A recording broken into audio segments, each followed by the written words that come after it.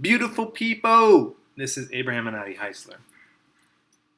I really have a desire.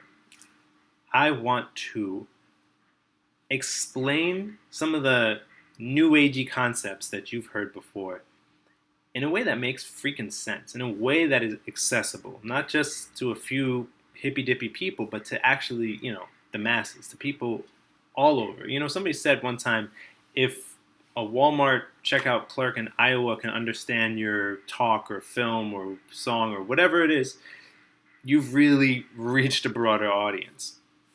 So this is for you, Mr. Walmart clerk checkout guy or gal. I've been working with the concept of law of attraction for a little while now. I saw The Secret way back, thought it was super materialistic. I was a yogi, full-on anti-materialism at that point, and dismissed it. I thought the idea, the concept of we create our own reality is true. Certainly in meditation, all the time I'm repeating a mantra. For the last 20 years, I've been doing a meditation where I repeat a mantra and I ideate with my mind a certain idea. And it's a spiritual concept, the idea that I am one with everything, I'm one with pure consciousness, right?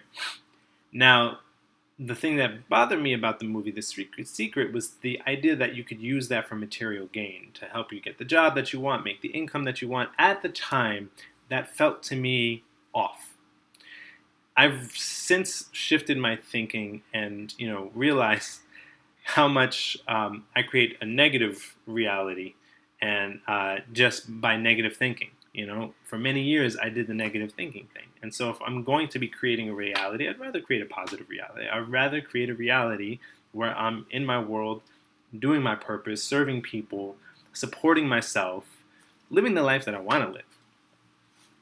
And so this idea that you can create your reality is questionable to a skeptic, questionable to somebody like myself from New York, comes from a background that, really wants hard evidence and proof, Newtonian, Cartesian way of thinking. You call it what you want, right? And the best way I can explain it is like this.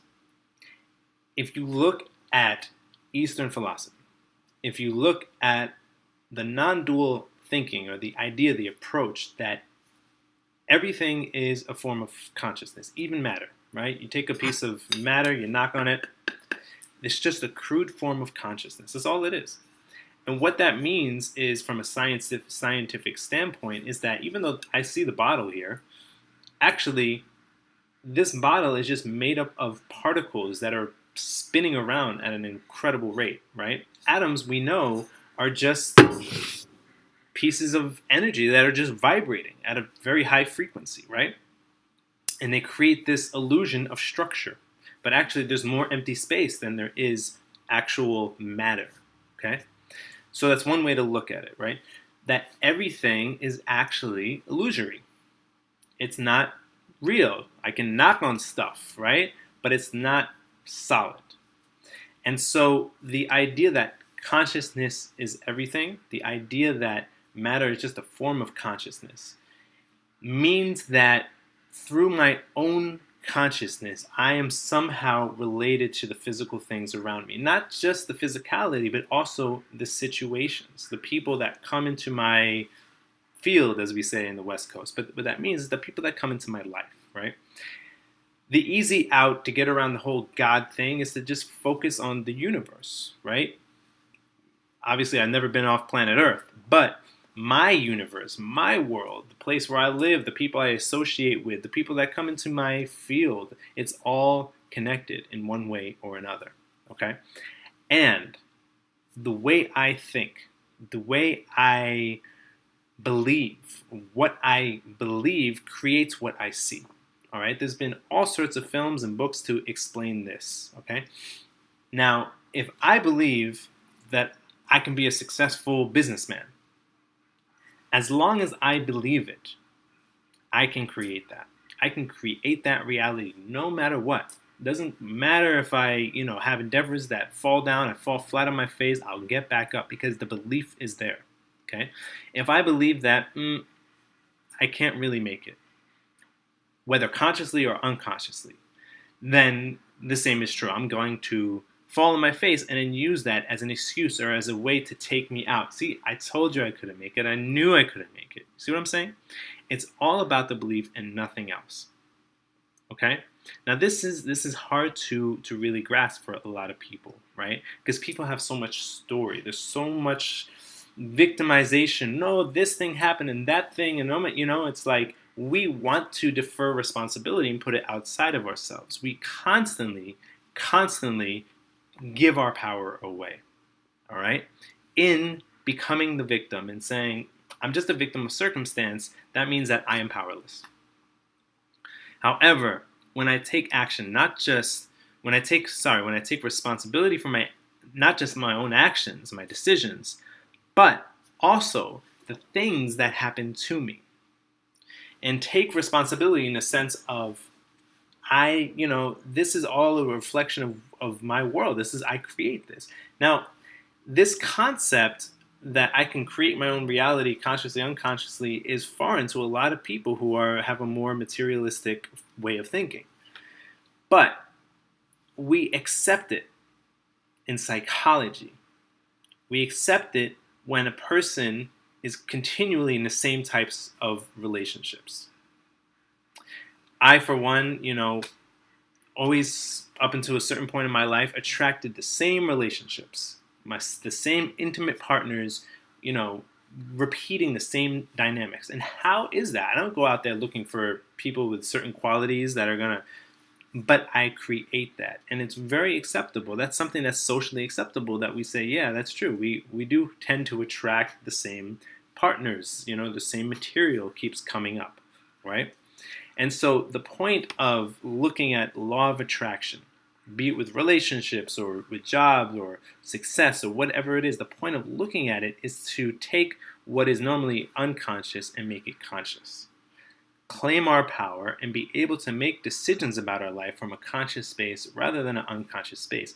And this is what I was doing when I was, 10 years ago, when I was watching The Secret and just judging it as something kind of BS and materialistic, was that consciously I was making that judgment, but unconsciously I was preventing myself from being successful in my endeavors.